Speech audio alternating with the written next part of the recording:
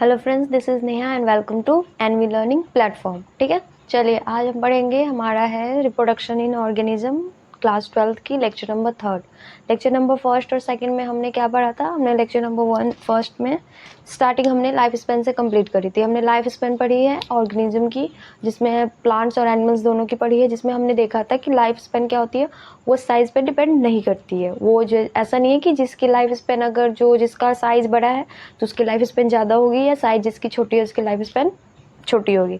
बहुत सारे एग्जांपल्स दिए हैं, और लाइफ स्पेन सेम साइज़ वालों की भी सेम नहीं होती है, ये भी हमने देखा था। एग्जांपल में हमने देखा था, जैसे पैरट हो गया, तोता है तो उसकी लाइफ स्पेन क्या होती है 140 साल, और वही सेम आपका क्रो हो गया तो उसकी होती है 15 ईयर्स। ठीक है, वैसे ही अगर मतलब प्लांट्स ट्रीज़ भी ले लो, ट्रीज़ में ले लो मैंगो ट्रीज़ और बनियान ट्रीज़।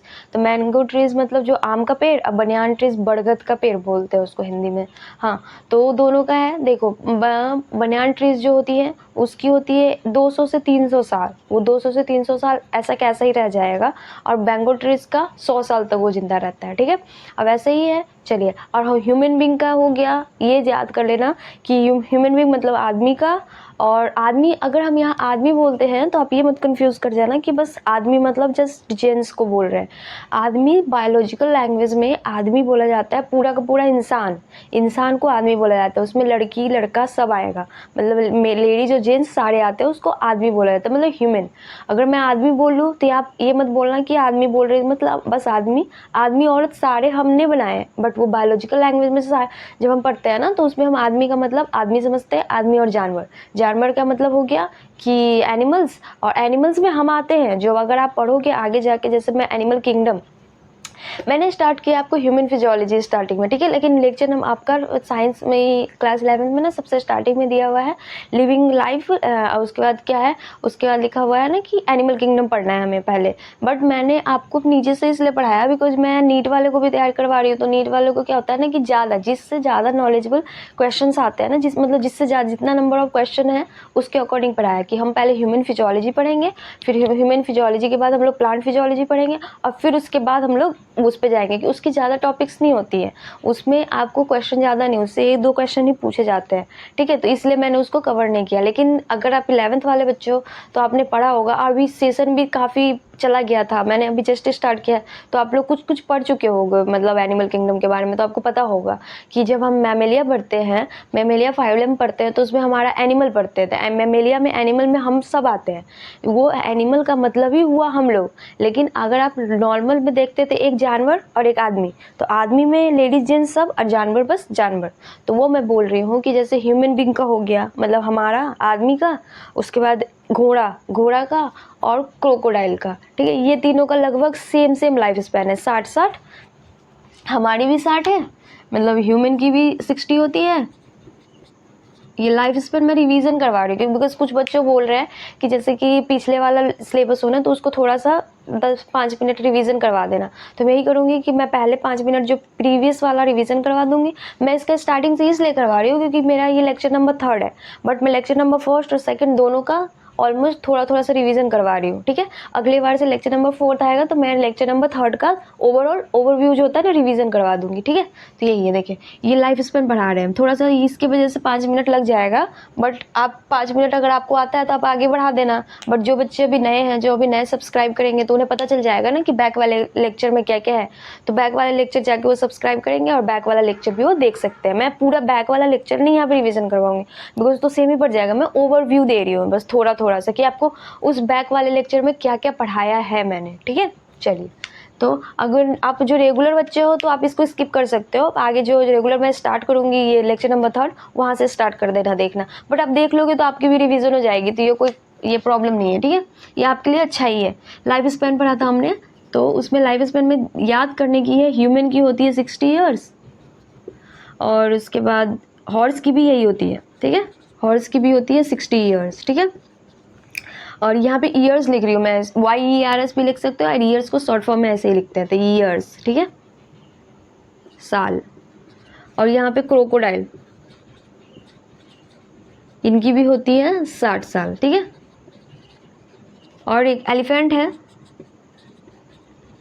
जो सेम सेम वाले रहते हैं ना उसको थोड़ा याद कर लेना, बिकॉज ऑप्शन देगा और एक दे देगी तो इसमें आपको थोड़ी कन्फ्यूजन होती है, इसलिए मैं सेम सेम बता रही हूँ।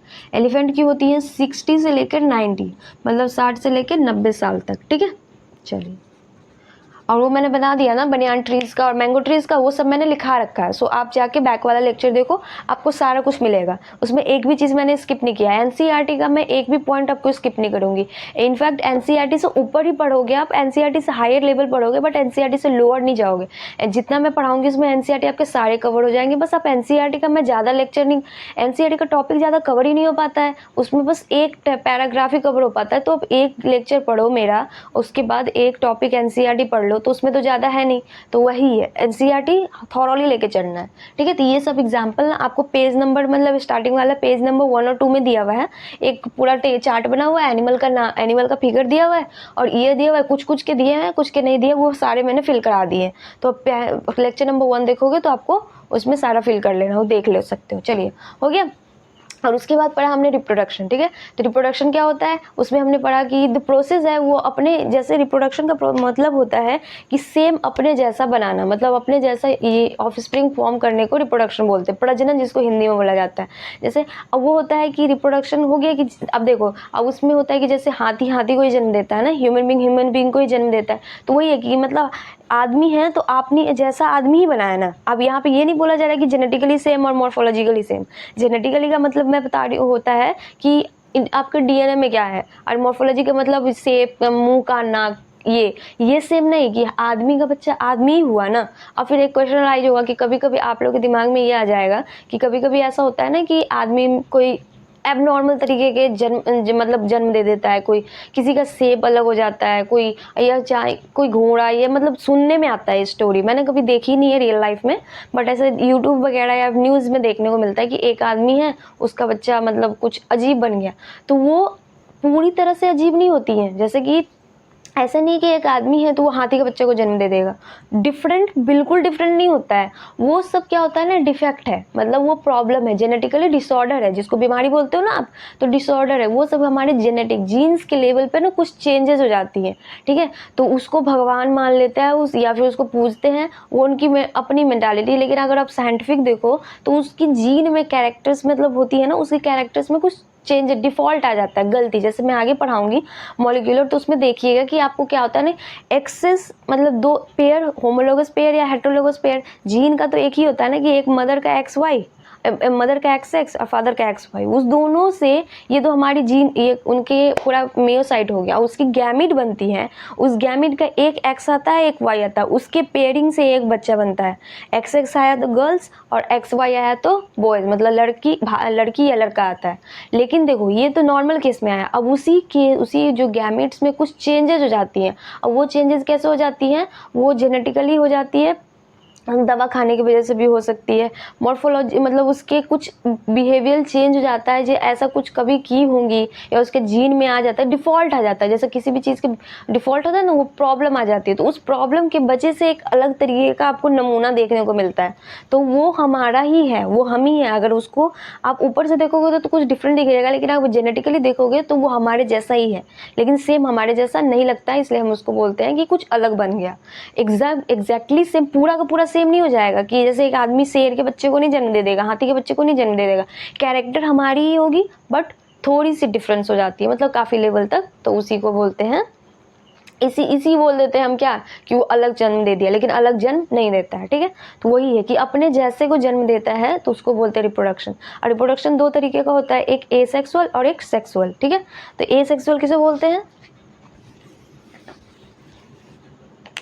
हाँ देखो, रिप्रोडक्शन हमने पढ़ा था, वो दो तरीके का होता है, एक होता है एसेक्सुअल और एक होता है सेक्सुअल, ठीक है।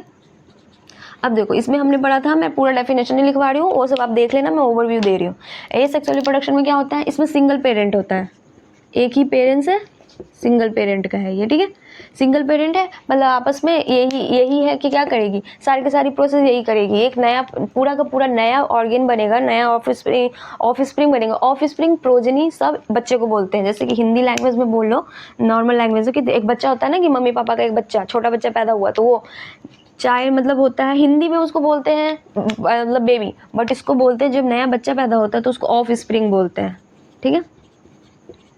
ऑफ स्प्रिंग लिखा हो या प्रोजेनी लिखा हो तो आप कंफ्यूज मत करना, दोनों में से दोनों कुछ भी दिया आता है। ऐसे मैं समझाने को दे रही हूँ, न्यू बॉर्न बेबी, आपको समझाने के लिए मैं लिख रही हूँ, ऐसे लिखा नहीं होता, ठीक है। न्यू बॉर्न बेबी, ये लोग सभी लोगों को पता मतलब समझ आता है न्यू बॉर्न बेबी का मतलब क्या होता है, इन्फेंट, ठीक है। न्यू बॉर्न बेबी को हम इन्फेंट भी बोलते हैं, ठीक है। चलिए, तो ये है, क्या होगा, ये सेम एक यही है, आगे जाकर मतलब हमारा पूरा का पूरा प्रोसेस करेगी, या पूरा प्रोसेस करने के बाद एक नया बच्चा बनेगा। अब देखो सिंगल पेरेंट से बना, और ये क्या है, इसमें दो, इसमें डबल मतलब 2 पेरेंट्स इन्वॉल्व, इसमें 2 पेरेंट इन्वॉल्व होते हैं, इसमें सिंगल पेरेंट इन्वॉल्व होती है, इसमें 2 पेरेंट इन्वॉल्व होते हैं, देखिए, ठीक है। चलिए, अब ये मतलब इसमें एक ही पेरेंट है तो एक ही गैमेट होगी, अब इसमें गैमेट का मीटअप नहीं होता, गैमेट का मिक्सअप नहीं होता, ठीक है। गैमेट फॉर्मेशन ही नहीं हो पाती, तो गैमेट फॉर्मेशन नहीं होता है, ठीक है। इसमें गैमेट फॉर्मेशन होती है, इसमें गैमेट का फॉर्मेशन होता है, ठीक है। चलिए, समझ गए। अब देखिए इसमें है, अब देखो बताओ, इसमें सिंगल पेरेंट है, कुछ भी चेंजेस नहीं है, जैसे कि जैसे एक है वैसा सेम बन जाएगा, ठीक है। जैसा है वैसा ही बनेगा, तो उसको बोलते हैं एज इट इज़ अपने मम्मी पापा के जैसे बन जाए, और वो जेनेटिकली भी और मॉर्फोलॉजिकली भी, मतलब पूरा उसका जीन भी सेम हो, बाहर से देखने में भी सेम हो, कुछ भी चेंजेस ना हो, तो उसको बोलते हैं क्लोन। क्लोन आप नाम सुने होंगे ना, फोटोकॉपी जिसको बोलते हो, जैसे मशीन में ले जाते हो तो आप बोलते हो कि कोई कपड़ा सामान मतलब एक पेज ले गए, बोले हमको इसको जीरोक्स करके देना है, मतलब फोटोकॉपी करके देना है, तो आप एग्जैक्टली आपके उस पेज में जो लिखा होगा ना सेम उतर जाएगा। इनफैक्ट जो एक अगर आपका डिफ़ॉल्ट भी अगर मतलब मान लो कि गलत है, गलत को भी आपने लिखा है यहाँ पे काट दिया, तो वो गलत हुआ हुई कट के सेम आ जाएगा, पूरा का पूरा फोटोकॉपी उतार देता है। तो वही है वो ये है पूरा का पूरा अपना बच्चा, इसका जो होगा, इसका जो एसेक्सुअल पेरेंट का जो बच्चा होगा वो पूरा फोटोकॉपी होगा मम्मी पापा मतलब उस पेरेंट का। इसमें मम्मी पापा एक ही है, तो इस मतलब इस पेरेंट्स का पूरा फोटोकॉपी होगा, जीरोक्स, तो इसको हम बोलते हैं क्लोन, ठीक है। इसको हम क्लोन बोलते हैं। फोटोकॉपी एकदम सेम आएगा, ये जेनेटिकली और मोर्फोलॉजिकली दोनों सेम होते हैं, ठीक है। इसको आपको लिखने की जरूरत नहीं है, मैं ओवरव्यू दे रही हूँ, इसलिए मैं इसमें टाइम नहीं दे रही हूँ लिखने का, बिकॉज हमें आगे भी पढ़ना है। Genetically and morphologically same as parents, ठीक है। मम्मी पापा पेरेंट के जैसा है ना, सेम होगा, इसका जीन में भी कोई चेंजेस नहीं होगी, और जीन ये क्या बोलते हैं, जब जीन में चेंज नहीं है तो बाहर कहाँ से चेंज हो जाएगी, कि जीन में ही चेंज होती है। मेन कैरेक्टर क्या है, जो आप गोरे दिखते हो, काले दिखते हो, जो वो सारे जीन में चेंजेस होने की वजह से ही होती हैं। अगर आपके जीन में चेंजेस ना होगी तो आप ऊपर से कहाँ से हो जाएगा। वो ऐसा नहीं होता कि कोई क्रीम लगाने से गोरे नहीं हो जाते, क्रीम लगाने से आपको जेनेटिकली चेंज नहीं कर देगा। जैसे कि कोई लेडी है, गोरी है, और एक मतलब उस मदर गोरी है, फादर ब्लैक है, तो उनका बच्चा दो क्या है, प्रोबेबिलिटी है कि वो मतलब बिल्कुल वाइट हो सकता है, वह ब्लैक हो सकता है, या दोनों के बीच का मतलब मुलेटी कलर जिसको बोलते हैं ब्राउन हो सकता है, जैसे कि गेरुआ कलर, विटिस कलर जिसको बोलते हैं, ये हो सकता है। 3 प्रोबेबिलिटी है, इसके सिवा वो कोई कलर नहीं हो सकता। लेकिन क्या होता है, आप ऐसा नहीं है कि आप काले हो गए तो आप क्रीम लगाओगे तो गोरे। क्रीम क्या करता है, वो जो फेयरनेस क्रीम होती है, फेयरनेस क्रीम आपको जेनेटिकली चेंज नहीं कर सकता, वो जो आपका जेनेटिक है वही है। ऊपर का जो स्ट्रक्चर है ना,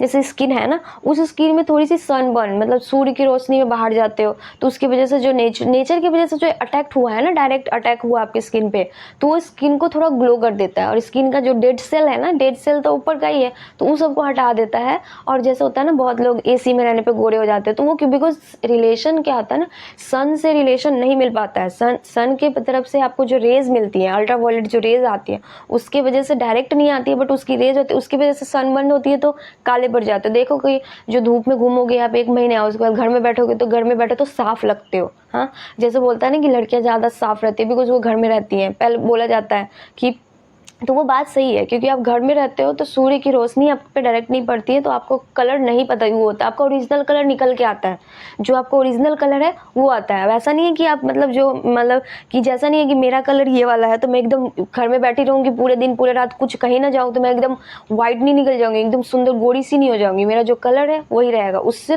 कुछ भी डिफेक्ट थोड़ा बहुत आ सकता है, वो बस कुछ टेम्परेरी है, मतलब परमानेंट नहीं हो सकता। तो वही है, क्योंकि जो मेरा जीन है, जीन में जो मेरा कलर है वो कलर ही मेरा रहेगा। उसमें थोड़ा वगैरह वो पार्लर से थोड़ा गोरापन हो सकता है, बट वो एकदम हीरोइन की जैसी वो एकदम सुंदर सुंदर नहीं हो जाएंगे। वो लोग भी तो सुंदर होती है बिकॉज उनकी जेनेटिकल ही है ना, और उसमें भी जेनेटिक है, उसके ऊपर से तो लोग तो मेकअप वगैरह बहुत ज़्यादा करती हैं, तो वो अलग ही है।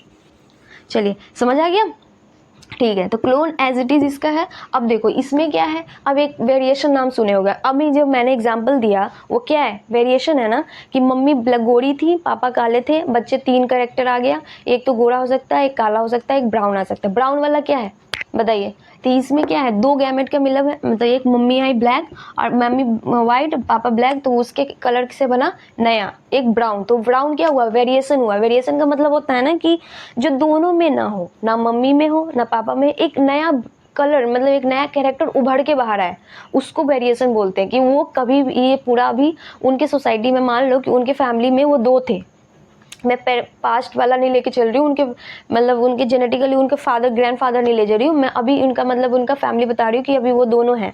उनके में अभी क्या था, एक तो गोरा था एक काला था, अभी कोई कैरेक्टर नहीं था। अगर बच्चा उनको एक्सपेक्ट होगा जेनेटिकली, वो उनको नहीं पता है साइंस, तो वो क्या बोलेंगे कि या फिर मेरा बच्चा गोरा पैदा होगा या फिर काला पैदा होगा, यही सोचेंगे। अब उनको वेरिएशन के बारे में नहीं पता है, तो वेरिएशन का क्या होगा, एक नया बच्चा, एक नया कलर का बच्चा भी आ सकता है, वो हो जाता है दोनों का मीटअप, ठीक है।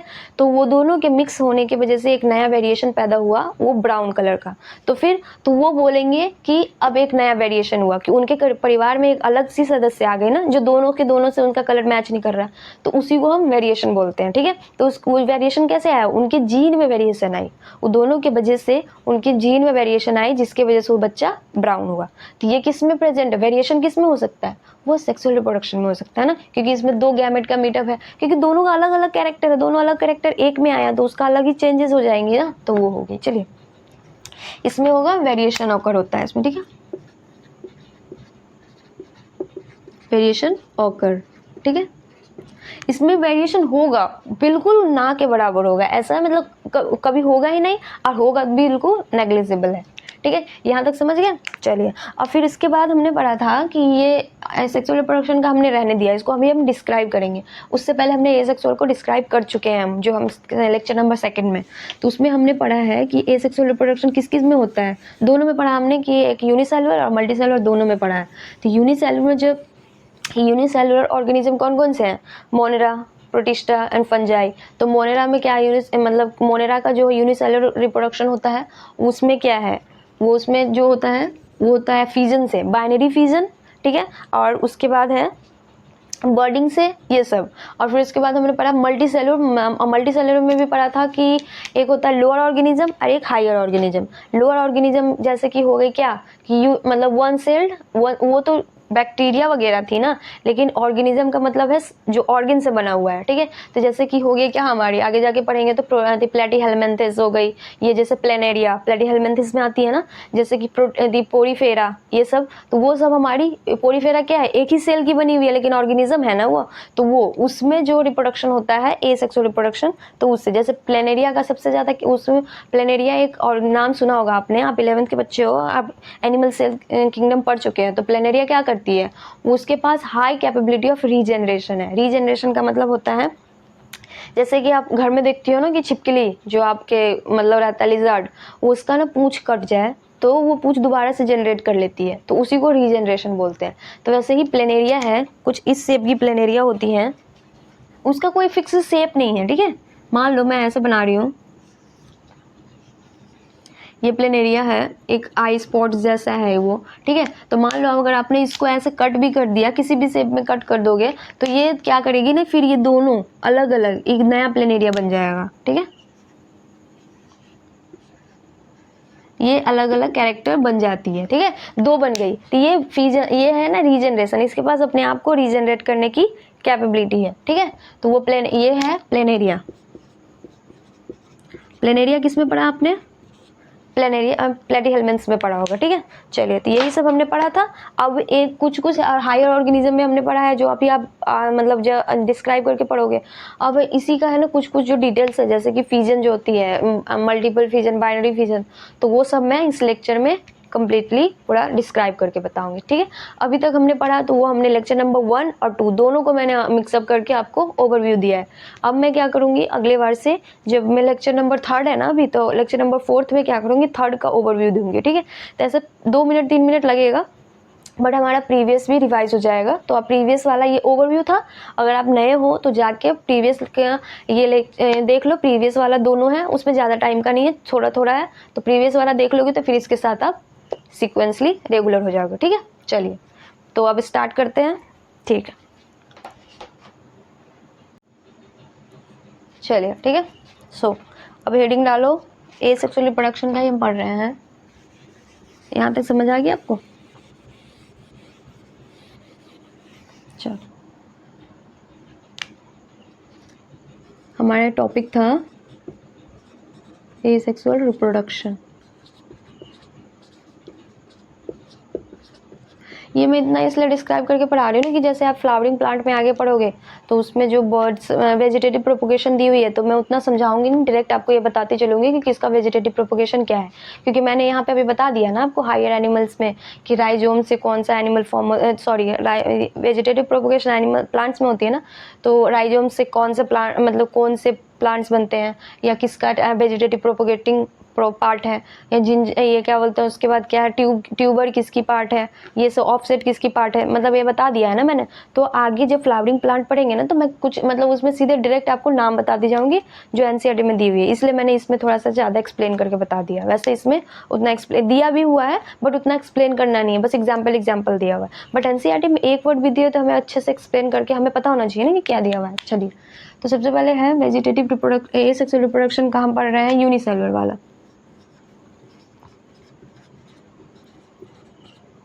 चलिए, ठीक है। यहाँ पे देखो यूनिसेलुलर में सबसे पहले लिखिए, ये कुछ है कि अलग से आपको लिखना है, ये लिख लो, ठीक है। मोनेरा, सबसे पहले मोनेरा लिखिए, ठीक है। मोनेरा है जो किस चीज से वेजिटेटिव नहीं, किस चीज से रिप्रोडक्शन करता है, फिजन से, ठीक है।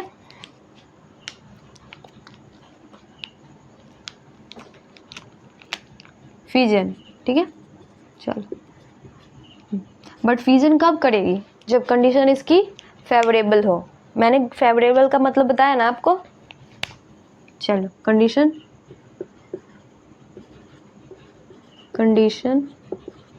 Is favourable,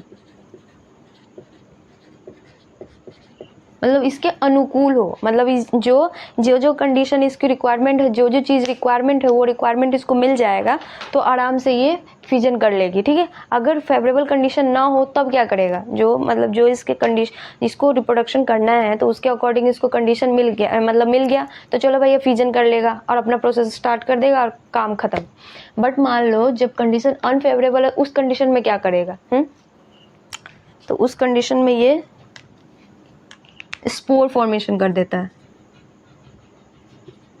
spore formation. देखिए,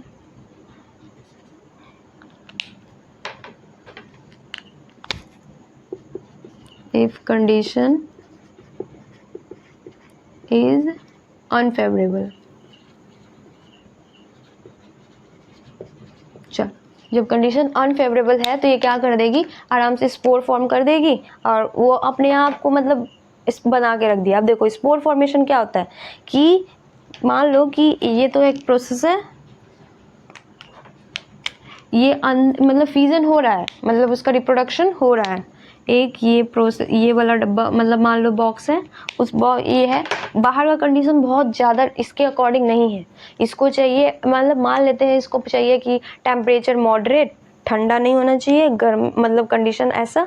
बट मान लो कि गर्मी है, बहुत ज़्यादा गर्मी, तो उस कंडीशन में क्या करेगा, इसके अंदर तो प्रोसेस हो रहा है, ये बॉक्स है, इसके अंदर मान लो इसका फॉर्मेशन ये हो रही है, स्पोर है, ये ऐसे हो रही है, बन गया ये सारा। बट ये क्या करेगा, कंडीशन ये बाहर निकलेगा नहीं, मीन्स ये बना के स्टोर करके रख लेगा। अब इसके ऊपर बहुत सारा लेयर कवर कर लेता है, काहे बता देते हैं अभी आपको, रुकिए। देखो इतना सारा लेयर कवर करके रख लेता है, क्यों? बिकॉज देखो इतना सारा लेयर इसलिए कर लेता है ना कि मान लो कि इसका कंडीशन जो था, इसको चाहिए नॉर्मल मतलब एटमॉस्फेरिक टेम्परेचर एटमॉस्फेरिक चाहिए, ज़्यादा ना ठंडा होना चाहिए ना गर्मी होना चाहिए, एज पर मतलब एक एग्जांपल दे रही हूँ मैं। और चाहिए कि बारिश ना हो, चाहिए थोड़ा सा लाइट, और बहुत सारा मतलब बहुत सारा सनलाइट भी नहीं चाहिए। बट मान लो कि बहुत ज़्यादा ड्रॉट आ गई, सूखापन हो गया, बहुत धूप पड़ रही है, धूप पड़ेगी तो इसकी लेयर पे अटैक करेगी, तो ये लेयर अटैक करेगी ना, तो ये मान लो कि ये वाली बाहर वाली इतनी सारी लेयर अगर नहीं बना के रखेगा तो क्या करेगा, ये इस पे अटैक करेगी, इस लेयर को तोड़ देगा और इसका सारा का सारा अंदर जो स्पोर बना हुआ है सबको बर्बाद कर देगा। तो इसका जो फॉर्मेशन करने किया तो आगे वाले जनरेशन में इसका आगे जनरेशन नहीं बढ़ पाएगा, ठीक है।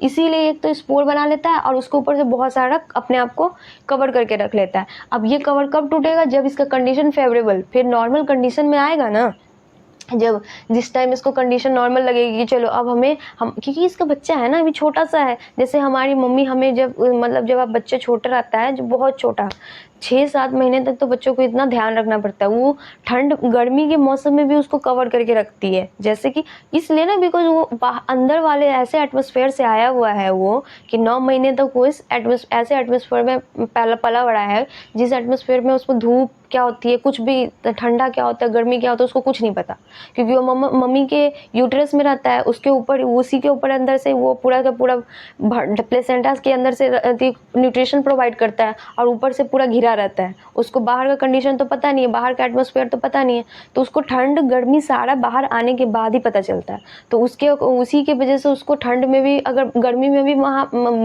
बच्चे को बाहर ले जाता है ना पेरेंट्स, तो उसको कवर करके रखता है, उसको एक थोड़ा सा गर्मी देने के लिए, क्योंकि हमारे बॉडी के टेम्परेचर जो हमारे एटमॉस्फेरिक टेम्परेचर से थोड़ा हाई है ना, क्योंकि शरीर थोड़ी सी हाई रहती है ना उसकी टेम्परेचर, तो उसके अकॉर्डिंग अब बच्चा उसके अंदर है तो उसको तो हमेशा उसको थोड़ा सा गर्म वाला टेम्परेचर बना के रखना पड़ता है। 6 मंथ तक उसके बच्चे को ना थोड़ी सी मतलब हमेशा नॉर्मल टेम्परेचर से थोड़ी सी हाई टेम्परेचर पे रखनी पड़ती है, हल्की सी हाई, ताकि वो उसके अंदर ना उसको गर्मी प्रोड्यूस होती रहे। तो वैसा ही है, अब देखो इसका तो बच्चा छोटा छोटा है, तो इसको कवर करके रखा हुआ है। अब बाहर के मतलब बाहर के दुख दर्द से दूर करने के लिए इसको इतना सारा कवर करके रखा हुआ है कि बाहर से कोई भी प्रॉब्लम आए तो इसको कोई प्रॉब्लम ना है। इसका लेयर ये मतलब मान लो ये मम्मी का ही है, मम्मी है, सारा झेल जाएंगी और ये बच्चे को कुछ नहीं होगा, इसलिए अपने आप को इतना कवर करके रखती है। और जैसे ही नॉर्मल कंडीशन आएगा कि चलो अब ठीक है, अब इसको हो सकता है, इसको मतलब कोई प्रॉब्लम नहीं होगी, इस कंडीशन में तो पल बढ़ जाएगा, तो क्या करेगी ना माँ, आगे जाके ये लेयर्स जो इनका सारा लेयर है वो बार बार मतलब मान लो कि ये मम्मी अपने आप को कवर करे, ऊपर से चद्दर उठा के रखी हुई है बच्चे को इतना सारा कि मेरे बच्चे को हाय दर्द ना कुछ हो ना जाए। मम्मियाँ बहुत प्यार करती है ना बच्चों से, हाँ, तो इसीलिए वो चद्दर वगैरह उठा के रखी हुई है।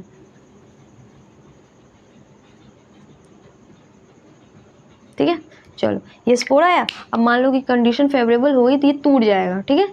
ये सारा का सारा जो लेयर था आपका, मम्मी ने इतना सारा चद्दर उड़ा के जो रखा था ना, अब माँ बोलेगी थोड़े बड़े भी हो जाएंगे, तब तक बच्चे थोड़े बड़े हो जाएंगे, तब तक अब बोलेगी जाओ अब खेल लो, जी लो अपनी ज़िंदगी बच्चों, जाओ। ठीक है, ऐसे ही बोलेंगे कि जाओ अब हो गया, मैं तुम्हें आज़ाद करती हूँ, जाओ जी लो अपनी ज़िंदगी। अब ये कंडीशन फेवरेबल है और बच्चे बाहर निकलेंगे, बोला ये खुश हो जाएंगे, हो गया। ये कंडीशन कब है, ये फेवरेबल है तब, ठीक है। ये है इफ़ कंडीशन इज अनफेवरेबल, ठीक है। और ये है व्हेन कंडीशन गेट फेवरेबल, जब कंडीशन फेवरेबल है तो मम्मी बोलेगी जाओ अब तुम्हारी मर्जी, तुम जो जैसा चाहते हो वैसा रहो, ठीक है। समझ गए, तो ये 2 कंडीशन आपको समझ आ गई, जो नोट कर लो, लिख लो, ये क्या है सो लिख लो, ये स्पोर्स है, ठीक है, ठीक है। स्पोर्स मतलब जो इनका बच्चा था वो है, चलो।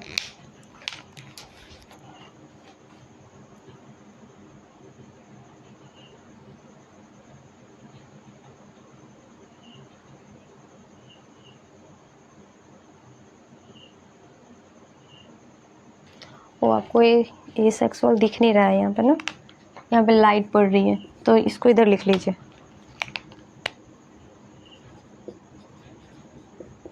इस लाइट का ना कुछ करना पड़ेगा, ठीक है चलो नोट कीजिए। अब दिख रही है, चलो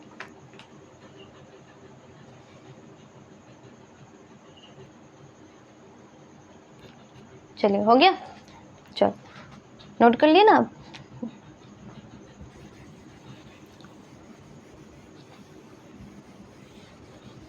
आप खुद ही को ले लो, जब आप छोटे होते हो तो आपको कहीं भी बाहर जाना होता है तो इतने सारे कपड़े ठंड में पहना देती है ना मम्मियाँ, कपड़े के ऊपर कपड़े कपड़े, ठंड में बहुत मोटे हो जाते हैं ना बच्चे सब, एकदम जितना भी ये होता है, मैं खुद हो जाती हूँ, इतने सारे हो जाता है ना। तो चलिए अब दूसरा है, हमें प्रोटिस्टा के बारे में पढ़ना है। बिना अगर कपड़े ना पहनो तो बाहर निकलने ही नहीं देती है, ये 1 2 3 4 इतना सारा स्वेटर पहनना पड़ता है, ठीक है। चलिए तो वैसे ही है प्रोटिस्टा, अब पढ़ना है हमें प्रोटिस्टा, ठीक है। प्रोटिस्टा भी क्या करता है, इसमें भी फ्यूजन होती है, ठीक है। देखिए प्रोटिस्टा में फ्यूजन, बट इनका ना अलग ही है, ठीक है। प्रोटिस्टा का क्या है ना, अलग है। इसका ना जैसे कि जैसे ऑर्गेनिज्म के अकॉर्डिंग इनका फ्यूजन चेंज होता है, ठीक है। ये अपनी मन मर्जी के मालिक है। जैसे कि 3 बंदा है तो तीनों बंदे बोलेंगे नहीं मुझे इस डायरेक्शन में नहीं होना है, मुझे जिस डायरेक्शन, मतलब उनके अकॉर्डिंग होता है, ठीक है। तो सबसे पहले लिखो कि डिवीजन बाय, नंबर 1 पे लिखिए डिवीजन,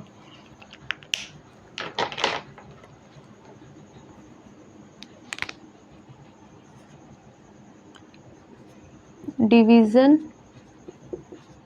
इन एनी प्लेन, मतलब इसको किसी भी तरीके से तोड़ दो, किसी भी तरीके से इसको डिवाइड कर दो, इसको कोई मतलब नहीं है। हाँ बिकॉज क्यों मतलब नहीं है, अब किसी भी चीज़ को आपको बोला जा रहा है कि डिवीजन इन एनी प्लेन, किसी भी प्लेन में इसको डिवीजन करने को बोल रहा है, तो इसको कब मतलब नहीं होगा, हाँ जब इसका शेप फिक्स नहीं होगा, तभी ना बोल रहा है कि भाई मेरा तो खुद का शेप फिक्स नहीं है, मुझे किधर से भी काट दो, किधर से भी तोड़ डिवाइड कर दो, क्या जा रहा है मेरा तो कुछ नहीं जा रहा। हाँ तो इसका होता है डिवीजन बाय एनी मतलब एनी, किसी भी डायरेक्शन में, एनी डायरेक्शन लिख लो यहाँ पे, any division in any plane, मतलब किसी भी प्लेन में इसको काट दो, इसको कुछ भी नहीं जा रहा है, इसका कुछ भी मतलब नहीं है, इसको बस इसको डिवाइड होने से मतलब है, ठीक है। एग्जाम्पल है इसका बेचारा अमीबा, सारे का सारा सितम इसी पर ढाया जाता है, ठीक है। अमीबा, ठीक है, देख लो एक अमीबा है ये, इसको तो हम लोग सुंदर से बनाते भी नहीं है। हाँ इनके साथ इतना प्रॉब्लम होता है कि इसको हम लोग देखते हैं तो बेचारे को सुंदर से बनाते भी नहीं है, इसको थोड़ा सजा देती हूँ मैं, रोने लगेगा बेचारा, बोलेगा एक तो हमें दुनिया ने कुछ नहीं किया, आप तो कर दो मैम, है ना, थोड़ा प्यार से रखना चाहिए सब कुछ को। चलो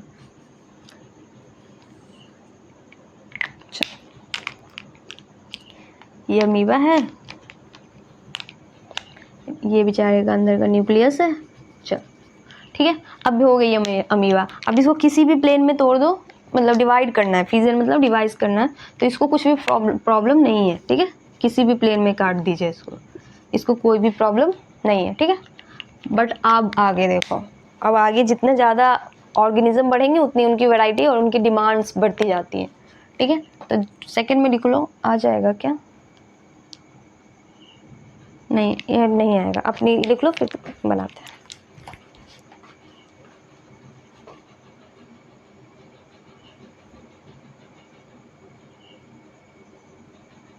चलिए हो गया, अब लिखो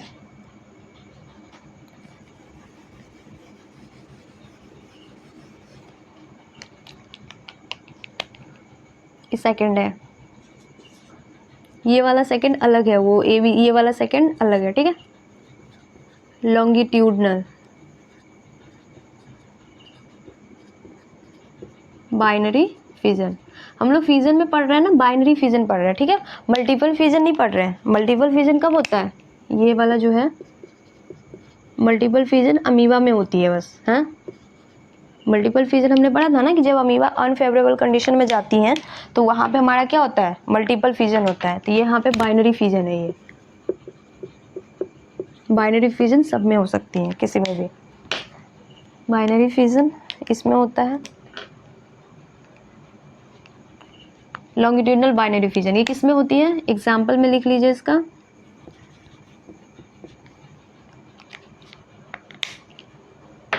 यूग्लिना, ठीक है, इसका एग्जाम्पल है यूग्लिना।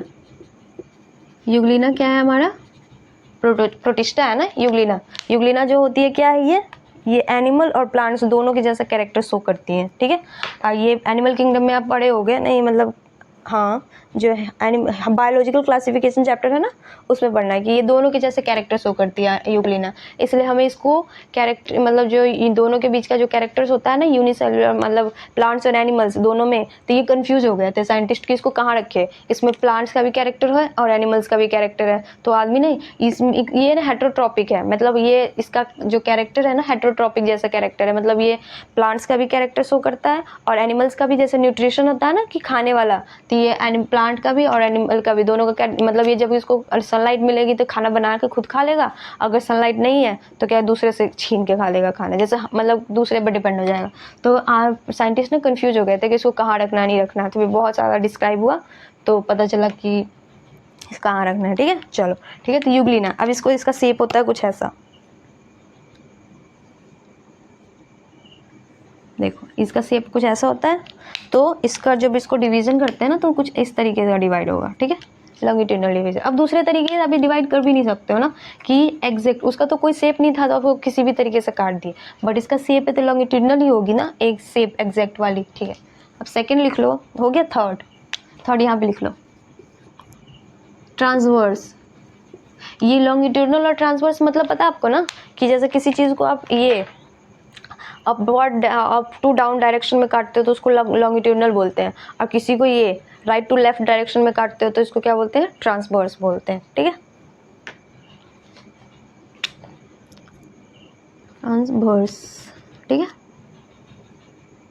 Transverse binary fusion. चलिए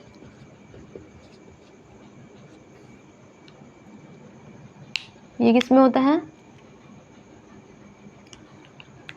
ये हमारी होती है पैरामीशियम में, ठीक है। इसका एग्जाम्पल सबसे पहले लिख लो, पैरामीशियम, ठीक है। पैरामीशियम कुछ होते हैं नहीं, स्लीपर की जैसी शेप होती है उसकी, जैसे हमारी स्लीपर होती है ना वैसी शेप की होती है ये।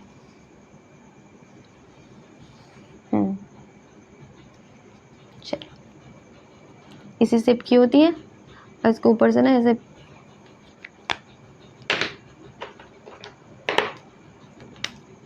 ये पिलाई है इसको ऊपर बहुत सारी, ये सब आपको पढ़ना है जब बायोलॉजिकल क्लासिफिकेशन पढ़ाऊंगी ना, ओवरव्यू अभी यही लिख लो बस, मैं एक डेफिनेशन मतलब लिखवा रही हूँ इसका अभी, एसेक्सुअल रिप्रोडक्शन से कैसे करता है वो, ठीक है।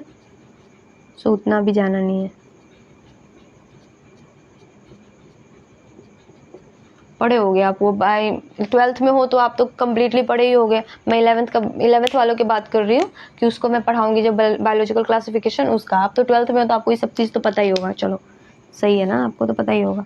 देखो तो ये ट्रांसवर्स है, ये वाली ट्रांसवर्स पोजीशन है, ठीक है, ऐसे कटती है, ठीक है।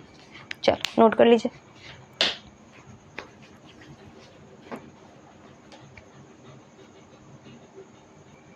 चलिए हो गया, चलो फिर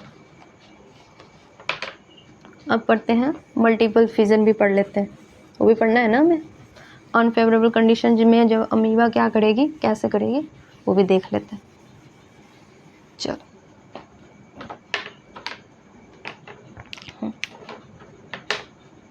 देखो सबसे पहले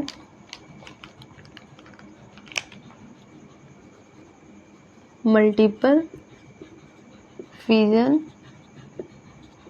इन अमीबा। देखो अमीबा में मल्टीपल फिजन कब होता है, जब कंडीशन क्या होती है, अनफेवरेबल होती है, बताया था मैंने।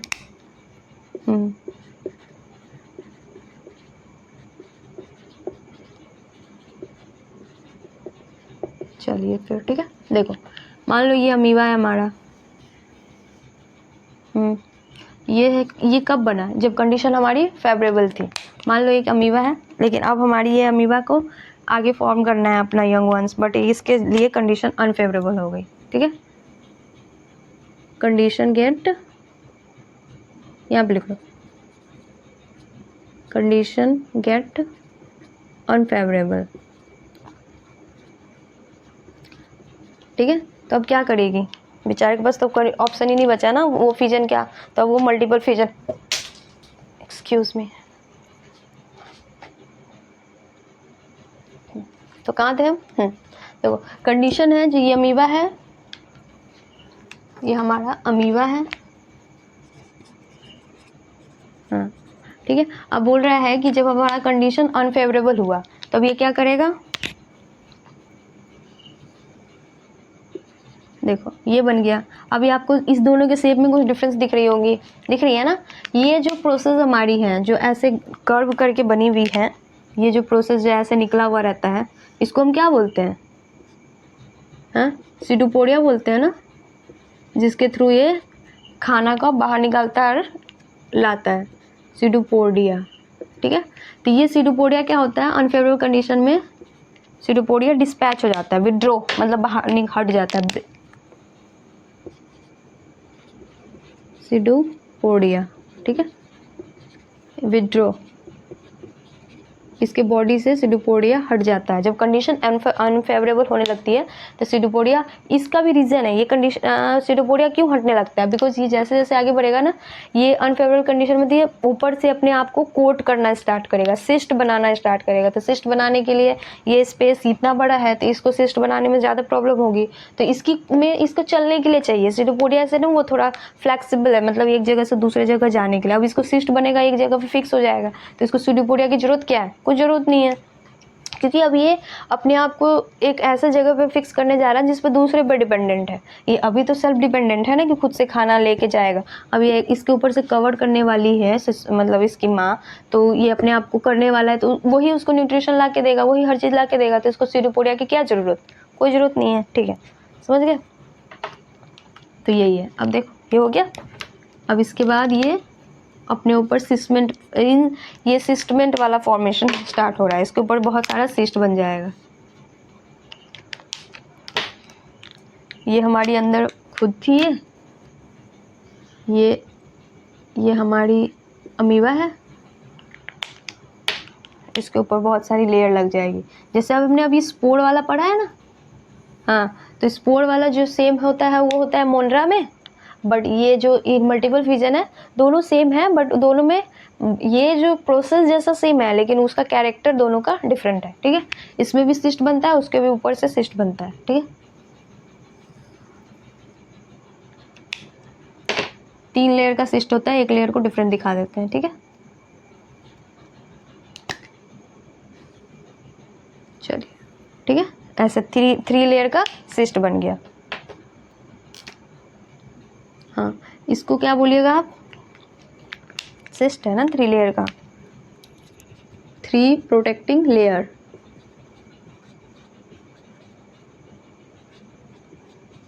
ठीक है, इसी लेयर को हम सिस्ट बोलते हैं। ठीक है, सिस्ट जैसा है इसके लिए हम इसको सिस्ट बोलते हैं। ठीक है, अब इसी के अंदर क्या होती रहेगी, अब इसके अंदर फॉर्मेशन होता जाएगा, जब तक कंडीशन अनफेवरेबल है फॉर्मेशन होता जाएगा, चलता रहेगा। इसके अंदर अब सारा प्रोसेस चल रहा है, जैसे फर्टिलाइजर जिसका ये सेक्सुअल रिप्रोडक्शन का तो प्रोसेस है ना, वो चल रहा है इसके अंदर। उसके ऊपर से ये सिस्ट बनाया क्यों? इन्वायरमेंट से बचाने के लिए, और उसके बाद अंदर प्रोसेस चल रहा है, इसको कोई मतलब नहीं है, बाहर से इसको कोई मतलब नहीं है। चलिए ठीक है, समझ गए? अब यहाँ पे है, समझ गए? अब देखो यहाँ पे कंडीशन हमने फेवरेबल कर दिया, अब इसके बाद क्या होगी? इसी से प्रोसेस चल रहा है और इसी में बहुत सारा बन जाएगा। ये वाला अभी तक यही है, अब इसके बाद इसको करोगे तो क्या बन जाएगा?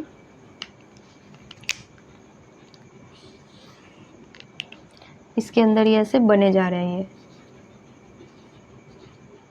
ऐसे ही बन गया ये, और इसके ऊपर सब कोटेड तो रहेगा ही। अभी तक तो अभी कंडीशन फेवरेबल नहीं है, उसी के अंदर जो एक्स्ट्रा आगे का प्रोसेस है वो मैं दिखा रही हूँ।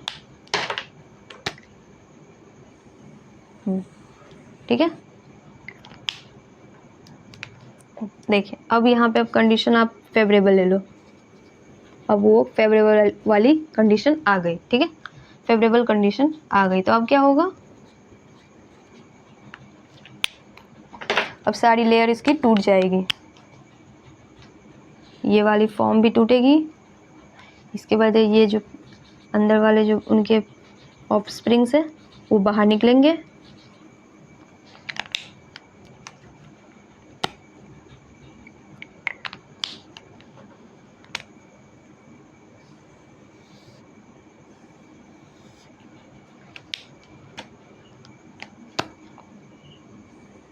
ठीक है, ये हो गई। अब ये ब्रेक हो गया, ये सिस्ट ब्रेक हो गई। अब ये ऑफ स्प्रिंग बाहर निकले, अब ऑफ स्प्रिंग बाहर हो गई तो उसके बाद क्या होगा, स्पोरुलेशन।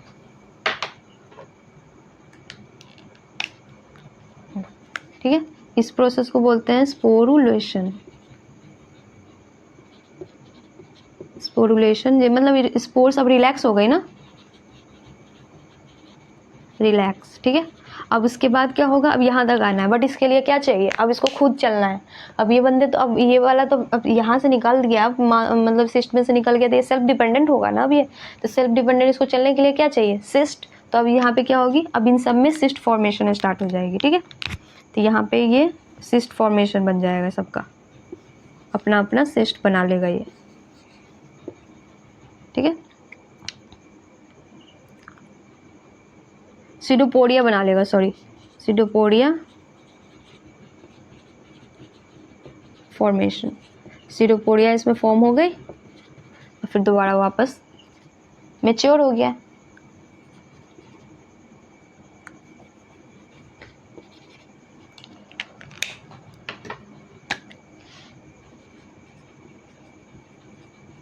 मैच्योरेशन, ये हमारी अमीबा थी, तो ये इसमें से ये एक अमीबा है ना, तो ऐसे ऐसे सारी अमीबा बन जाएगी। समझ आ गया आपको? चलो ठीक है, ये ऐसा साइकिल चलता जाएगा, ये अनफेवरेबल कंडीशन का साइकिल है। ठीक है, जब कंडीशन क्या थी हमारी, अनफेवरेबल थी। ठीक है, यहाँ तक तो हमारी कंडीशन अनफेवरेबल थी ना, यहाँ तक, फिर अनफेवरेबल होने के बाद फेवरेबल आई तो ये वाली कंडीशन हो गई हमारी। ठीक है, चलो नोट कर लीजिए।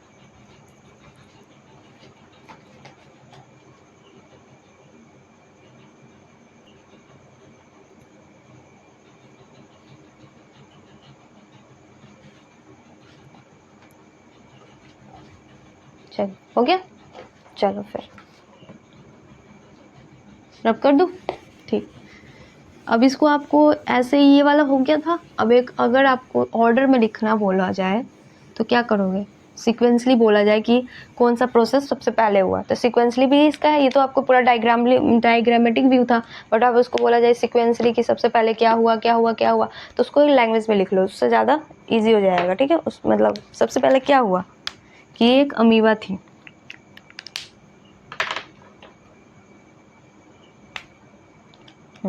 सबसे पहले एक अमीबा लेंगे, अमीबा में सबसे क्या हुआ था, कंडीशन अनफेवरेबल थी, कंडीशन अनफेवरेबल।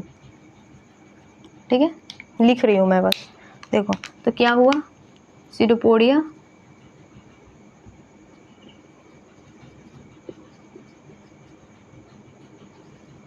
विड्रॉ।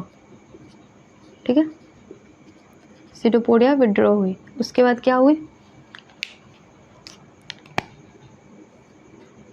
इसके बाद यहाँ पे आई हमारी इंसिस्टमेंट, सिस्ट बनी ना सब पूरे, हाँ, तो इसके बाद आई इंसिस्टमेंट। ठीक है, ठीक है, चलिए इंसिस्टमेंट के बाद क्या हुआ,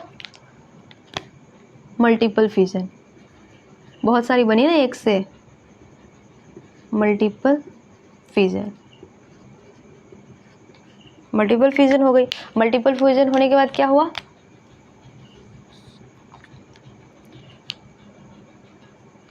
फेवरेबल कंडीशन आई, यहाँ पे लिख लो फेवरेबल कंडीशन। फेवरेबल कंडीशन आई तो क्या हुआ,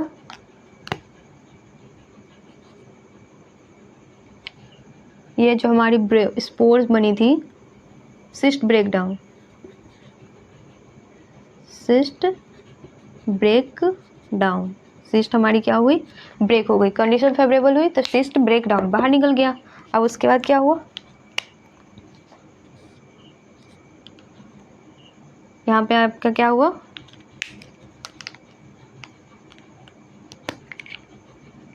स्पोर्स जो हमारी थी अमीबा का स्पोर्स, वहाँ पे दूसरा स्पोर था वो में, और ये वाला स्पोर दूसरा है। ठीक है, स्पोर का मतलब ये नहीं है कि एक ही में पाया जाएगा। ठीक है, अमीबी के स्पोर, अमीबा स्पोर रिलीज हुई और उसके बाद फिर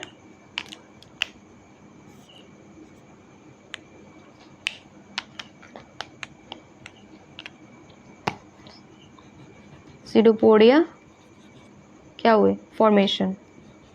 दोबारा से सीडोपोडिया फॉर्मेशन होगा क्योंकि अब यहाँ पर डिपेंडेंट होना पड़ेगा खुद को, फॉर्मेशन। ठीक है, चलिए सीडोपोडिया फॉर्मेशन, उसके बाद क्या बनी,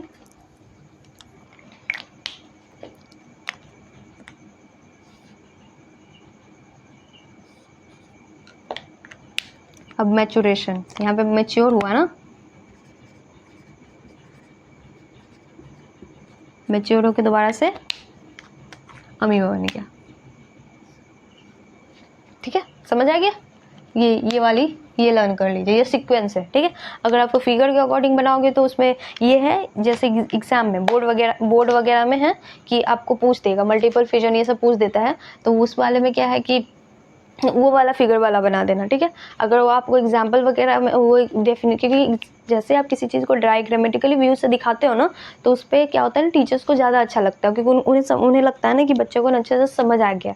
कि किसी चीज़ को, जैसे आप खुद ही देख लो कि आप कोई भी स्टोरी पढ़ते हो बुक में और उसी की जो बायोपिक मूवी बनती है, तो आप बायोपिक मूवी एक बार ही देख लो तो वो हमेशा के लिए लर्न हो जाती है। मूवी आप वो कॉपी बुक पढ़ते रहो, आप उसकी स्टोरी पढ़ते रहो, बार बार बीच बीच स्टोरी भूल जाओगे। लेकिन बायोपिक में क्या होता है कि आप एक एक वर्ड याद हो जाती है आपको कि किस टाइम पे क्या बोला था, कौन सा हीरो क्या बोला था, कौन सा एक्टर कौन एक्ट्रेस, सब कुछ याद हो जाता है। वैसे ही है कि आप जैसे इसको दिखाए, तो ये मैंने इसके लिए बता दिया कि आपको प्रोसेस याद होनी चाहिए। हाँ, कि ये नीट वगैरह में पूछ देगा कि कौन सा प्रोसेस किसके बाद क्या था, अगर पूछ दिया मान लो, तो ये आपको याद होनी चाहिए। बट जो मैंने डायग्रामेटिकली बताया ना, तो वो वाला आप बोर्ड में वैसे ही बनाना, सेम वैसा ही बनाना। तो उससे क्या होगा ना, टीचर्स को इंप्रेशन पड़ता है कि हाँ बच्चा को अच्छे से समझ आ गया, कि एक्सप्लेन अच्छे से किया ना। तो आपको क्या होगा ना, लिखा हुआ को उतना अच्छे से वो नहीं रिप्रेजेंट कर पाता ना, हमारा कुछ भी चीज़, हम किसी भी चीज़ को लिखा हुआ उतना अच्छे से एक्सप्लेन नहीं कर पाता जितना आप डायग्राम बना देते हो। तो उन्हें क्या लगता है ना कि हाँ बंदे को समझ आया है, तो वो बच्चे ने इतने बेटर तरीके से उसको एक्सप्लेन किया है। ठीक है, चलो ठीक है, ये भी नोट कर लीजिए।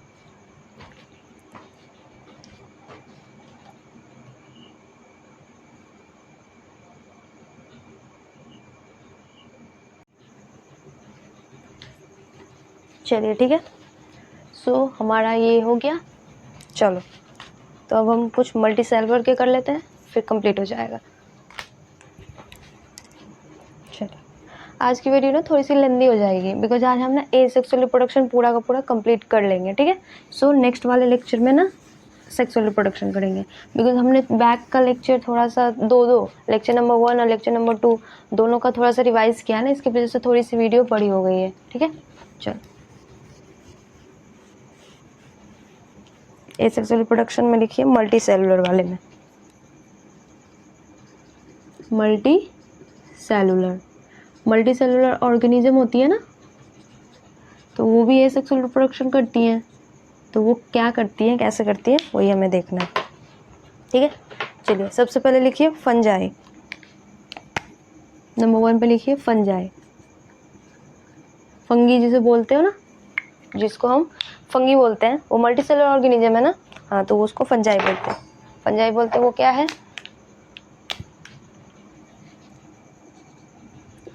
मोस्ट ऑफ द फंजाई वो क्या करती है, एसेक्सुअल रिप्रोडक्शन फ्रेगमेंटेशन के द्वारा करती है। In most of the fungi asexual reproduction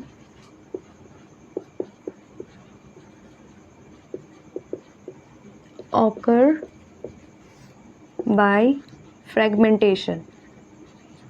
fragmentation का मतलब क्या होता है कि पीस में ना टूट जाना, मतलब उसका जो पार्ट है ना वो मतलब पीस में टूट जाए और उसका एक पीस से दूसरा मतलब वो जो पीस मतलब बट गया और वो एक नया ऑफ स्प्रिंग के जैसे बिहेव करेगा और उससे एक नई बनेगी। ठीक है, चलिए बट एक्सेप्शन है इसमें, एक्सेप्शन में लिख लो ईस्ट हमें सुना होगा, ये फंजाई मल्टी सेलुलर होती है, बट ईस्ट होती है ना यूनिसेलुलर होती है।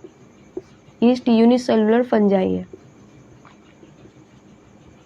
यूनिसेलुलर फंजाई है। ठीक है, इसमें फ्रेगमेंटेशन होती हैं बाय इसमें एसेक्सुअल रिप्रोडक्शन होती हैं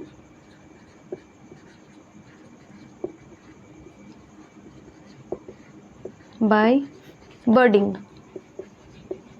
इसमें ना एक बर्ड बन जाता है, ठीक है।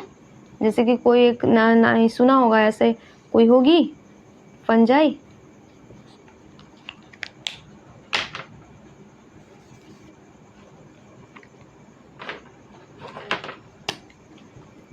इसी से लिख लो। एक ये ऐसे कैसी ऐसी रही होगी कोई, तो इसके ऊपर ऐसे बर्ड बनना स्टार्ट हो जाएगा, छोटा सा होगा। ये एक ऐसी रहेगी, उसके ऊपर एक बर्ड ऐसे बनना स्टार्ट हो जाएगा, ठीक है। तो इसी को ये ईस्ट है, ये ठीक है।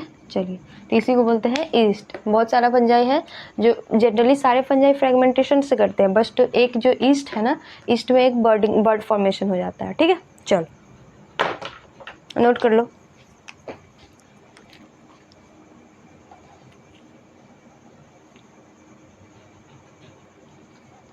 चलिए ठीक है। अभी इसमें ना आप ये जो है पेनिसिलिन जो होता है ईस्ट का, वो उसका ये सेक्सुअल रिप्रोडक्शन किस चीज़ से होता है? हाँ, कोनिडिया से, ठीक है। तो लिख लो यहीं पे, यहाँ पे आ जाएगा वैसे।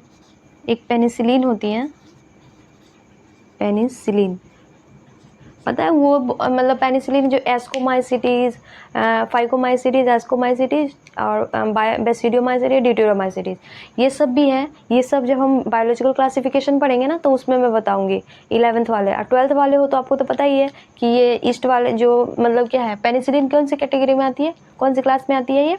ये हमारी एस्कोमाइसिटीज़ है, ठीक है। तो एस्कोमाइसिटीज़ में क्लास ए सेक्सुअल रिप्रोडक्शन किस चीज़ से होता है? इसका ये है जो ए सेक्सुअल रिप्रोडक्शन इसमें होता है, ए सेक्सुअल रिप्रोडक्शन।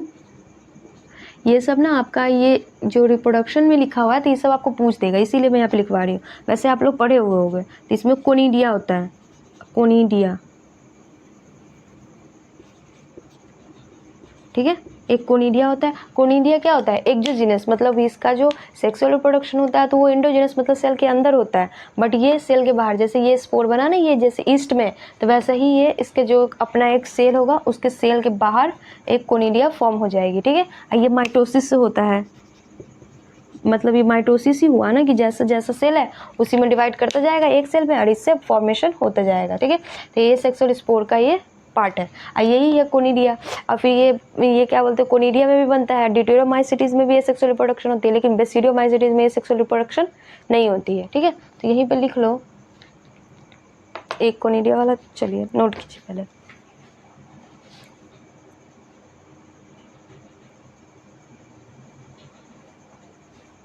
चलिए हो गया। चलो एक हेडिंग डाल के लिख लो कि फंजाई पढ़ रहे हैं ना, तो उसमें बस ए सेक्सुअल वाला पढ़ लेते हैं। चलो पूछ दिया आपको तो फिर प्रॉब्लम हो जाएगी। यहाँ पे लिख लीजिए most common A sexual spores, ठीक है।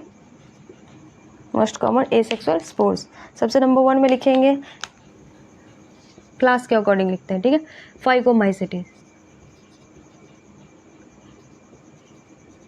हाँ। दूसरा है एस्कोमाइसिटीज, ये सब आप पढ़े हुए हो गए। Third is basidio mycetes, fourth is deutero,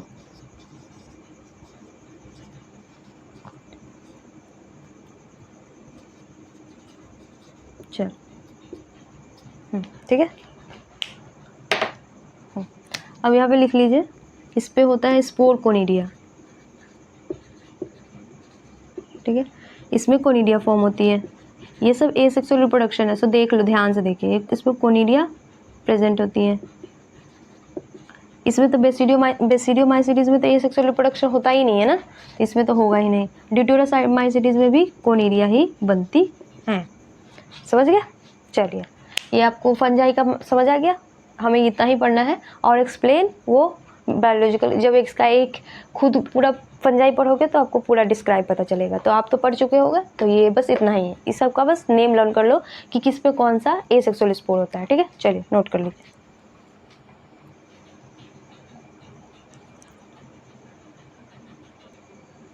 चलिए हो गया। अब हेडिंग डालो एल्गी।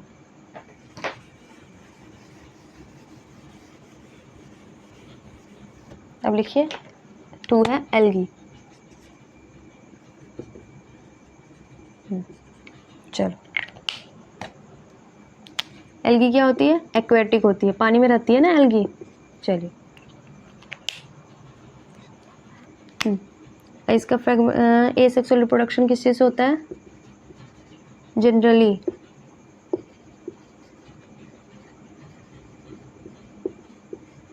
फ्रेगमेंटेशन से।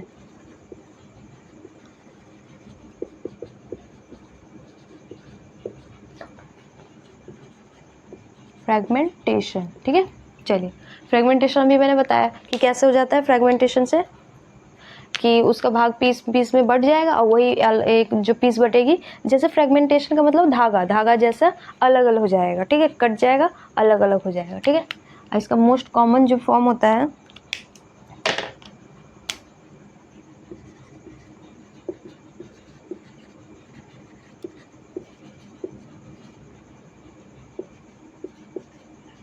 एसेक्सुअल रिप्रोडक्शन का मोस्ट कॉमन फॉर्म होता है, most common form of asexual reproduction is zoospores, ठीक है, जूस्पोर्स, ठीक है। चलिए, ओके, नोट कर लीजिए।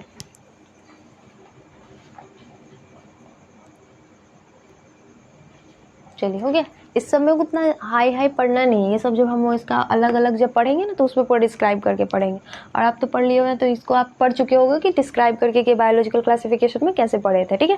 तो इसमें बस इतना ही पूछेगा आपको, कुछ नहीं। अब मैंने कुछ वेजिटेटिव प्रोपोगेशन के कुछ क्वेश्चन मतलब दिए थे, क्वेश्चन नहीं दिए थे, जैसे कि उसका कुछ बताया था कि मैंने उसका स्पेसिफिक अलग अलग, तो उसका मैं एक पूरा का पूरा टेबल बना देती हूँ ताकि आपको याद करने में आसानी हो जाएगी कि उसका स्पोर्स, मतलब सॉरी स्पोर्स नहीं, स्ट्रक्चर, जिस स्ट्रक्चर से ये उसका मतलब कौन से प्लांट्स किस राइजोम से फॉर्म होता है, ठीक है। चलिए, कौन से स्ट्रक्चर से और कौन से प्लांट्स वेजिटेटिव प्रोपोगेट करता है, चलिए, ठीक है। लिखिए, इधर लिखो नेम ऑफ स्ट्रक्चर, इधर लिखिए नेम ऑफ स्ट्रक्चर, इधर लिखो इसका कौन सा ये है, एग्जाम्पल लिख देना। बस जो स्ट्रक्चर का नाम लिखेंगे उसके नीचे एग्जाम्पल लिखते जाएंगे। ये एक टेबल के जैसे बना लो, काम आएगा, क्योंकि ये पूछता है, ये बहुत ज़्यादा पूछता है। सबसे पहले लिखो ट्यूबर, नंबर 1 में ट्यूबर। ट्यूबर कौन करता है? मैंने बताया था, ट्यूबर का मतलब बताया था मैंने, ये कि क्या होता है, ये कौन करता है? पोटैटो, ठीक है। चलो, वो मैंने पहले दिन ही बताया था कि ट्यूबर का जैसा होता है ना, कि जैसे आलू होता है, आलू का जो आप देखते हो पूरा आलू, आलू के अंदर एक जो जिसको आँख बोलते हैं ना, कि हाँ उसको गाँव में ना जब बोलते हैं उसको आँख बोलते हैं, कि आलू का ना अंकुरन जैसा वाइट कलर का आ जाता है, वही वाइट कलर का पोर्शन है जब आलू काट के जब उसको खेत में लगाते हैं, तो वो वाला जो पोर्शन, आँख वाला जो पोर्शन, जो आलू का बर्ड्स, उसको बोलते हैं बर्ड्स है, ठीक है। ट्यूबर है, उसको जो आँख जैसा हो जाता है उसको बर्ड्स बोलते हैं। तो वो बर्ड्स जिस आलू में होगा, जिस पीस में होगा, वही आलू का पूरा आलू बनाएगी और पेड़ बनाएगा। अगर वो जो पोर्शन नहीं होगा तो वो पेड़ नहीं बनाएगा, ठीक है। चलो, अब लिखिए राइजोम, सेकेंड नंबर।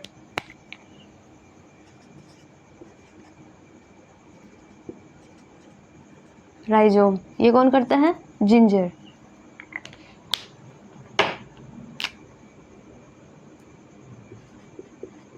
जिंजर, ठीक है।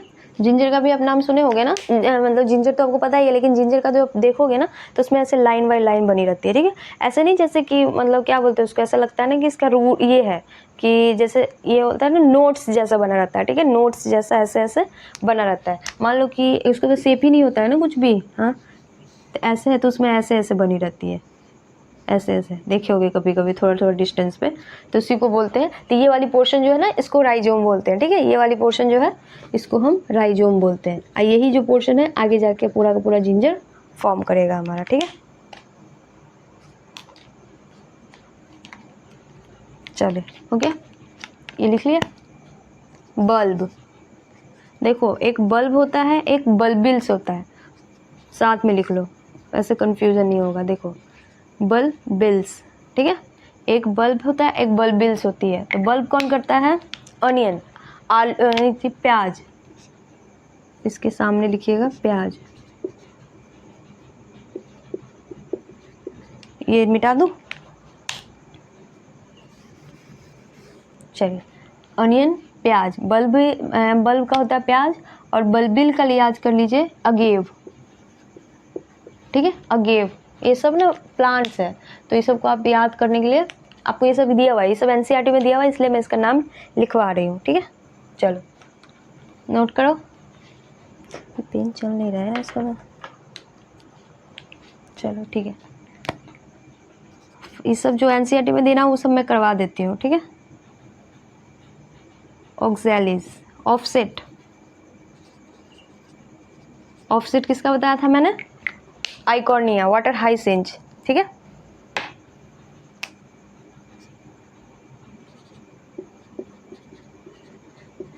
आइकॉर्निया, ठीक है। 6 में है, दिख रहा है ना नीचे, स्टोलोन,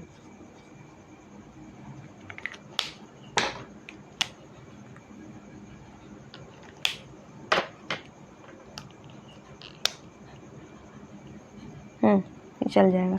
हाँ, इसका होता है मिंट, मिंट प्लांट होती है, हाँ, जो खाते हैं हम, जिसको बोलते हैं ना पुदीना, एंड जैस्मिन। चलो जैस्मिन, ठीक है। एक और आ जाएगा,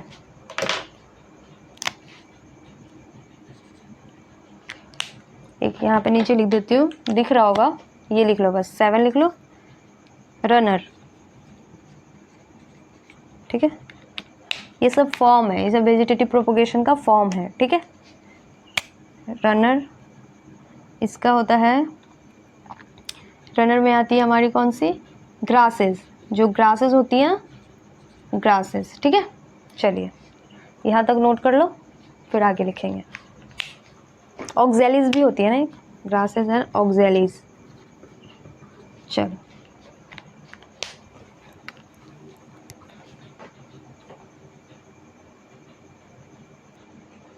चलिए, हो गया, मिटा दूँ, देखिए, ठीक है। ट्यूबर, और राइजोम में अगर आप चाहो तो कोलोकेसिया और जिंजर ये भी लिख सकते हो, जमीन खंड, क्योंकि उसका एग्जाम्पल एनसीईआरटी में दिया है, मैंने देखा तो लिख लेते हैं, ठीक है। एक होता है जमीन खंड, ठीक है, और कोलोकेसिया, ठीक है। ये दोनों एग्जाम्पल भी एनसीईआरटी में दी हुई है, तो इसे भी ले लेंगे, ठीक है। देखो जमीन खंड किसे बोलते हैं, ये सब्जी होती है ना एक, जिसको खाने से गला एकदम ये हो जाता है, क्या बोलते हैं उसको, ओल, ओल, ठीक है, इसको ओल बोलते हैं। हाँ, ओल सब्जी सुना होगा आपने, हमारे तरफ तो ओल ही बोलते हैं, पता नहीं आपकी तरफ क्या बोलते हैं, ओल कैसे लिखा जाता है, ऐसे ही ओल है ये, ठीक है। ओल की सब्जी होती है ना, जिसको बोलता है खाते टाइम बोलना नहीं चाहिए, जिसको नींबू डाल के खाना मतलब बनाना पड़ता है, नहीं तो वो कड़वा गले में ना ये होने लगता है, ईचिंग होने लगती है गले में, ठीक है, कब-कबाने लगता है गला, ठीक है। अब कोलोकेसिया अरबी को बोलते हैं, अरबी, अरबी की भी सब्जी होती है, ठीक है। हमारी तरफ तो अरबी ही बोलते हैं उसको, अड़ुआ भी बोलते हैं, अरबी भी बोलते हैं, ठीक है। तो यही है, दोनों सब्जी है, ये दोनों है राइजोम। उसका मतलब देखो, ओल का कैसे, ओल बनाते हुए कैसे बनाते हैं कि एक छोटा सा ओल रहता है, उसी ओल को गाड़ देता है तो उस ओल से पूरा ओल निकल जाता है, ठीक है। वो भी कौन सा, राइजोम वाला, जिस पोर्शन में ऐसे ऐसे बना होता है उस पोर्शन को ही, तो वैसे ही बनता है। ये अरबी भी वैसे ही बनती है, और जिंजर भी वैसे ही बनती है, ठीक है। चलिए, ठीक है, तो ये हो गया ऑक्सैली अनियन है, इसका मतलब समझ जाओ। आलू का तो पता ही है आपको, जिंजर मतलब पता ही आपको, जिंजर अदरक को बोलते हैं, ठीक है, तो ये तो पता ही होगा। ये जमीन खंड और कोलोकेसिया, ये दोनों नए वर्ड्स हैं, मतलब तो नहीं समझ आया होगा। अनियन प्याज, अगेव, अगेव ना एक ये है कि मतलब वो प्लांट जैसा है, उसका हिंदी मतलब मुझे भी नहीं पता, मैंने देखा भी नहीं है, लर्न कर लो बस। बल्बिल का अगेव याद कर लेना। आइकॉर्निया मैंने बताया था, वाटर हाइसिंथ, जो पानी में रहता है, जो स्टेगनेंट वाटर, मतलब जैसे कि पोखर वगैरह, तालाब वगैरह देखोगे ना, जिसका कभी यूज नहीं होता है, तो धीरे धीरे धीरे धीरे देखना ना, एक साइड से ना पूरा पूरा का पूरा ग्रीन कलर का जम जाएगा, ग्रीन कलर का, और देखना वो तैरता रहता है, और उसका नीचे का बेस जो है ना वो फ्लफी रहता है, ऐसे ऐसे ऐसे स्पॉन्ज। उसको हिंदी में बोलते हैं कुंभी, बोलते हैं जल कुंभी, हमारे तरफ आइकॉर्निया को जल कुंभी बोलते हैं, ठीक है। बिहार में तो इसको जल कुंभी बोला जाता है, देख लो, जल कुंभी, ठीक है, इसको जल कुंभी बोला जाता है हमारे तरफ, ठीक है। चलो, पानी में रहता है, वो पानी के ऊपर तैरता रहता है, देखना उसका ऊपर फ्लफी है, वो ऊपर का ऊपर ही तैरेगा, उसका रूट भी तैरता रहता है, ठीक है, रूट सॉइल से अटैच नहीं होती। मिंट पता ही है आपको, मिंट मतलब पुदीना, जैस्मिन फूल है, ठीक है। ग्रासेस मतलब नॉर्मल ग्रास, और ऑक्जेलिक भी ग्रासेस जैसी ही होती हैं, ठीक है। जैसे कि ये ग्रासेस है जो ऐसे पे आपका पूरा का पूरा स्पेस कवर कर देता है ना मिट्टी, तो ऑक्जेलिक्स भी उसी की जैसे है, पूरा मिट्टी कवर कर देती है। ऑक्जेलिक में कभी कभी आप देखोगे ना जंगल में, खेत में जाओगे तो बहुत सारे ग्रासेस में तो आप नहीं पता कर पाओगे कौन सा ग्रास है। जो एक फूल खिल जाता है ग्रासेस में भी देखोगे, कहीं कहीं बिना फूल मतलब बेमतलब का भी फूल खिला रहता है। इसका कलर ना पिंक कलर का और वाइट कलर का फूल आता है इसका, छोटा छोटा सा है, इसमें 3-4 पेटल ही होते हैं, ठीक है। उसमें 3 पेटल मतलब पंखुड़ी, फूल का जो पंखुड़ी होता है ना उसको पेटल बोलते हैं। तो 3-4 पेटल का होता है, 3 या 5 पेटल का होता है, तो ये ऑक्जेलिक होती है, ठीक है। चलो ये लिख लो, वो लड़वी एग्जाम्पल, इस सारे के मैंने मतलब बता दिया आपको। चलो ठीक है, अब जो अभी लिखवाया सो लिख लो, बाकी दूसरा अभी करेंगे। चलिए हो गया, ठीक है। अब लिखो, हो गया ना, अब लिखिए 7 हो गया, 8, 9, ठीक है। यही है कुछ एग्जाम्पल वगैरह जो आपसे पूछ देगा, जो एनसीईआरटी में दी हुई है। तो इसका डायरेक्ट आपको पूछेगा, जैसे अभी हम 1-2 क्वेश्चन करेंगे, सीधे डायरेक्ट क्या होगा ना, पूछेगा कि कौन से वेजिटेटिव प्रोपोगेशन से ये फ्लावर ग्रो करती है, ठीक है। तो आगे लिखिए शक्कर, 8 नंबर है ना, हाँ शक्कर, ठीक है। चलो शक्कर का लिखिए पाइनएप्पल,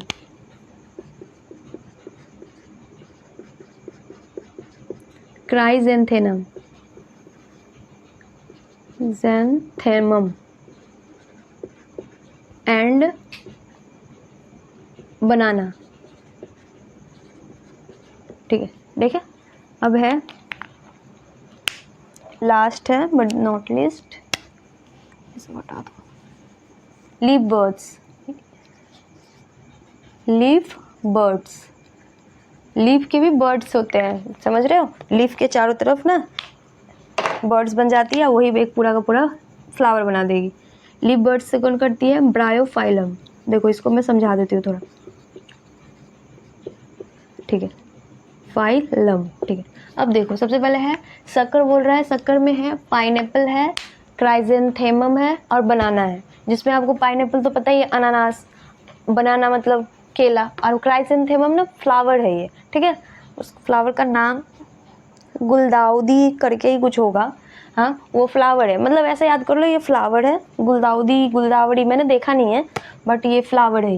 ये दोनों तो फ्रूट है ना, ये फ्लावर है, ठीक है। लिख लो इसको गुलदाउदी, पता नहीं,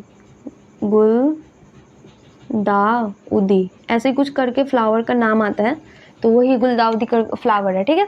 अब देखिए ये लीफ बर्ड्स, लीफ बर्ड्स मतलब ब्रायोफाइलम। ये क्या होता है ना कि मान लो कि एक लीफ है,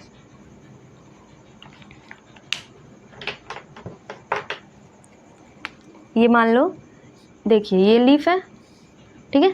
ये लीफ हो गई हमारी, ये लीफ पे मिडरीव है, ये आपका ये लीफ ब्लेड्स हुई ना, तो लीफ ब्लेड ये ऐसे ओवरव्यू दे रही हूँ मैं, लीफ ब्लेड्स के ऊपर, ठीक है, इसके ऊपर ये ऐसे ऐसे बर्ड्स बन जाएंगी, ठीक है। ये ऐसे बर्ड्स बन जाती है बहुत सारी, ऐसे अटैच्ड है, ठीक है। तो यही जो है ना बर्ड बन गई थी, यही हमारी लीफ बर्ड्स कहलाती है, ठीक है। इसी को हम लीफ बर्ड्स बोलते हैं। यही आगे जाके पूरा का पूरा प्लांट फॉर्म करेगी, यहाँ से ब्रेक कर जाएगा और आगे जाके को पूरा प्लांट बनाएगा, ठीक है। यही लीफ बर्ड्स हो गई, ठीक है। तो यही हमें आगे जाके पूरा प्लांट बनाएगा, ये ब्रायोफाइलम में होता है, ठीक है। तो हो गया हमारा सेक्सुअल रिप्रोडक्शन आज कंप्लीट हो गई, ठीक है। अब हमें पढ़ना है सेक्सुअल रिप्रोडक्शन, तो वो हमारे नेक्स्ट लेक्चर में पढ़ेंगे, ठीक है। सो अभी देख लेती हूँ मैं टाइम कितना बचा है, फिर उसके अकॉर्डिंग क्वेश्चन करवा देख लेते हैं, 1 मिनट।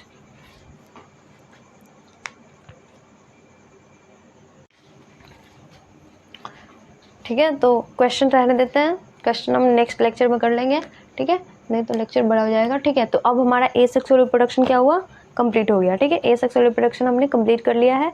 सो आपका अब हो गया, अब लेक्चर नंबर 4 में हम क्या करेंगे, कुछ क्वेश्चन कर लेंगे और सेक्सुअल रिप्रोडक्शन पढ़ेंगे, ठीक है।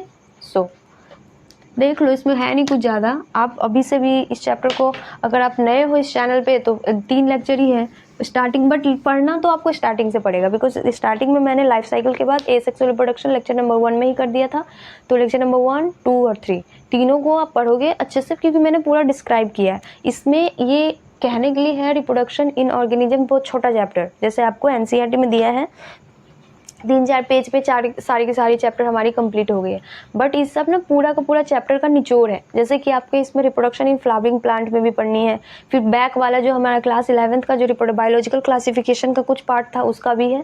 फिर उसमें भी जो एल्गी है, फंजाई है, उस सब का ओवरऑल एसेक्सुअल रिप्रोडक्शन से पूरे ऑर्गेनिज्म कौन कौन से क्या करते हैं ना, हमें सब पढ़ना पड़ेगा ना। ऐसे अगर मैं चाहूँ तो उसको ओवर उड़ास भी सकती थी, जैसे एनसीईआरटी में दिया है बस नेम, बट उससे फ़ायदा नहीं होगा। तो इसके लिए अगर आप हर चीज़ को जो जितना चीज़ें एक साथ लिखते हो ना और एक साथ रखते हो ना, तो आपको जब याद करने के टाइम, रिवाइज करने के टाइम क्या होता है ना, एक बार वो पेज पलटोगे तो आपको सारा जितने भी ऑर्गेनिज्म हो सबका एसेक्सुअल रिप्रोडक्शन, वेजिटेटिव प्रोपोगेशन और सेक्सुअल रिप्रोडक्शन ऐसे पार्टीशन में मिलेगा ना, तो आपको ऐसा लगेगा कि चलो ये सारे ऑर्गेनिज्म एसेक्सुअल रिप्रोडक्शन इससे करते हैं, सेक्सुअल रिप्रोडक्शन इससे करते हैं, वेजिटेटिव प्रोपोगेशन इससे करते हैं। तो आपको हर जगह ढूंढने की जरूरत नहीं पड़ेगी, हर चैप्टर का पेज पलटने की जरूरत नहीं पड़ेगी, इसलिए हम लोग सबको एक साथ पढ़ते हैं। ठीक है, चलिए।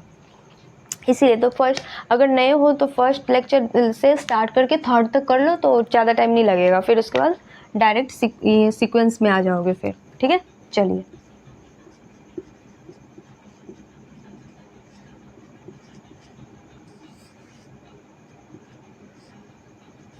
सो आज के लिए इतना ही, थैंक यू सो मच। चलिए, ठीक है, ओके, बाय।